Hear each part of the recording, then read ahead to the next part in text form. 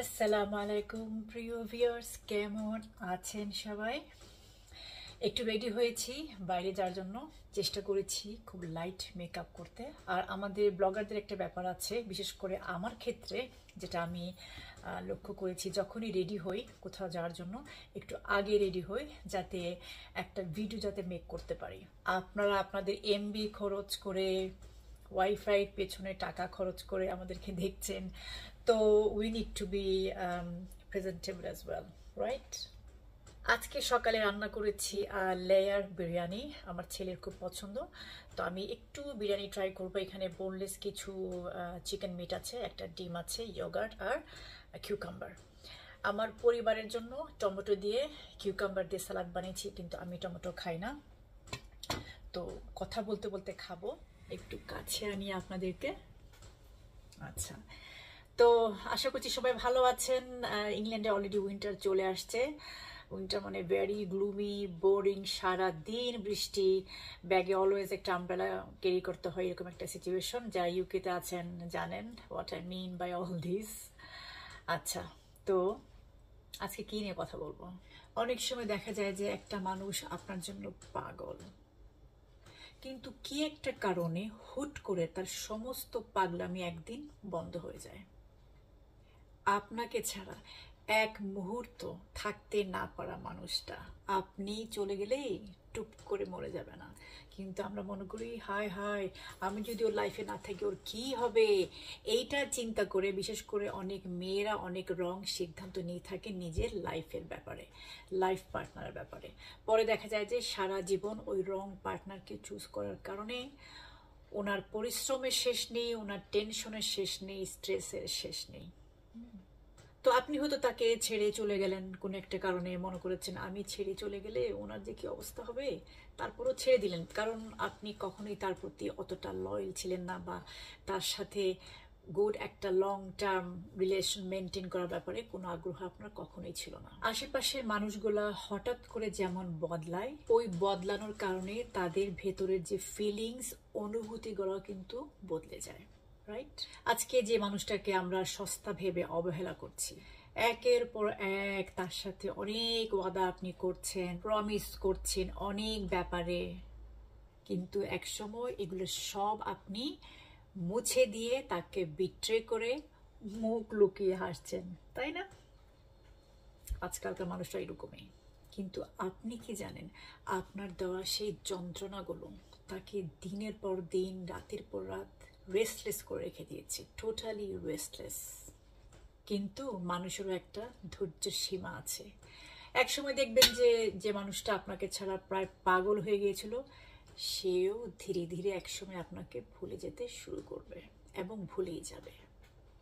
এবং এই ভুলে যাওয়াটা একেবারেই নিষ্ঠুর নয়। আপনি তাকে নিষ্ঠুরভাবে ত্যাগ করেছেন, তারপরে সে অনেক যন্ত্রণা পেতে পেতে তারপরে আপনাকে ভুলেছে।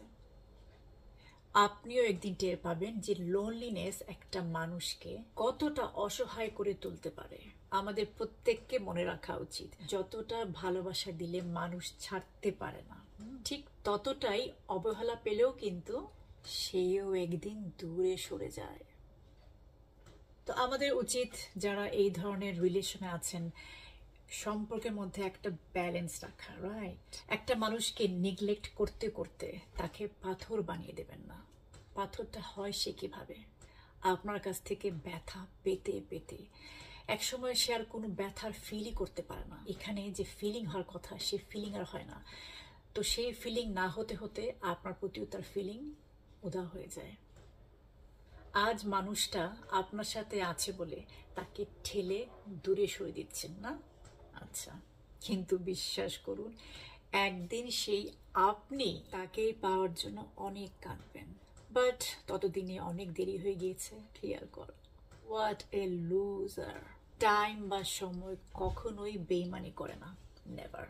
একদিন সময় আপনাকে বুঝিয়ে দেবে কাকে খুঁজতে গিয়ে কাকে হারিয়েছেন। এতক্ষণ যে কথাগুলো বললাম, এগুলো হচ্ছে আমাদের অনেকেরই জীবনের গল্প, রাইট? আর এখন সোশ্যাল মিডিয়ার যে অবস্থা, প্রায় মানুষের এই গল্প।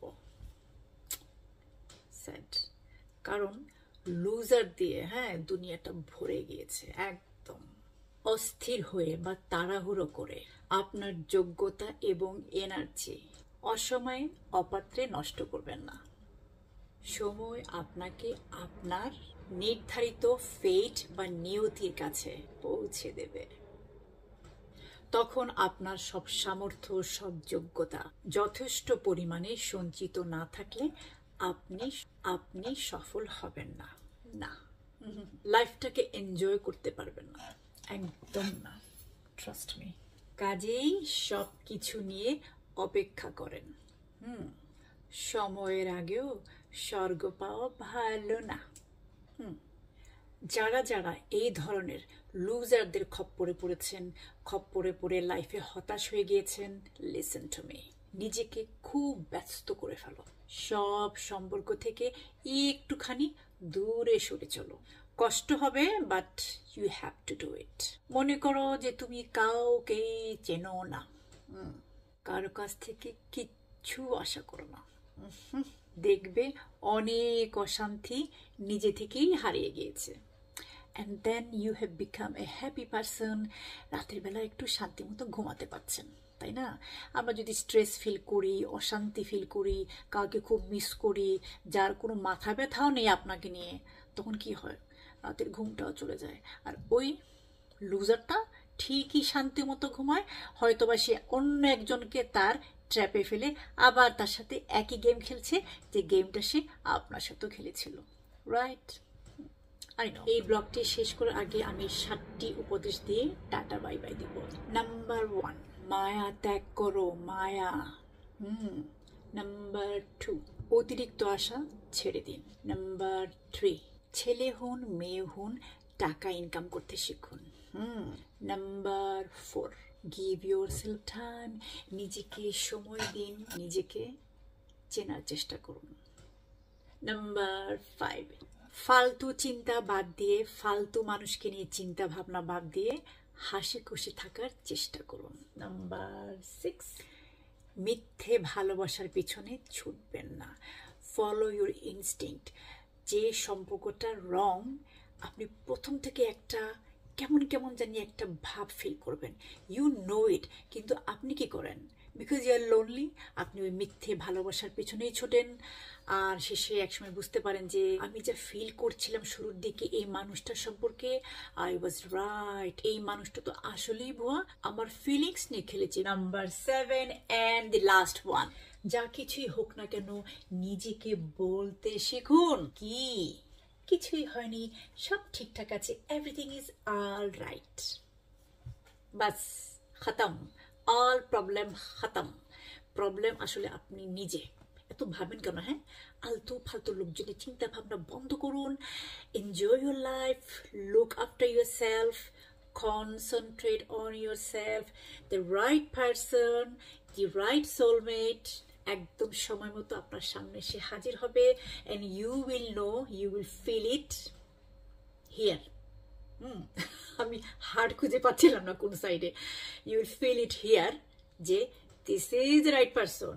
কারণ আল্লাহ তাআলা সব মানুষকে একটা ইনস্টিংক্ট দিয়ে থাকেন, always follow your instinct.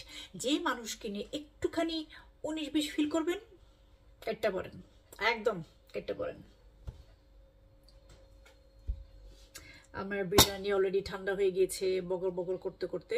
Anyway, কেমন লাগলো আজকের ব্লগটা? ভালো লাগলে অবশ্যই লাইক, কমেন্ট, শেয়ার। ফেসবুক পেজে ফলো দিতে ভুলবেন না। অ্যান্ড আপনার যদি কোনো সমস্যা থাকে হেলথ ইস্যু নিয়ে, যেটার উপরে আমি মেনলি কাজ করি, knock me on Facebook page taste life with Nipa. Alright, তো আজকের মতো বিদায়। টেক কেয়ার, আল্লাহ হাফিজ।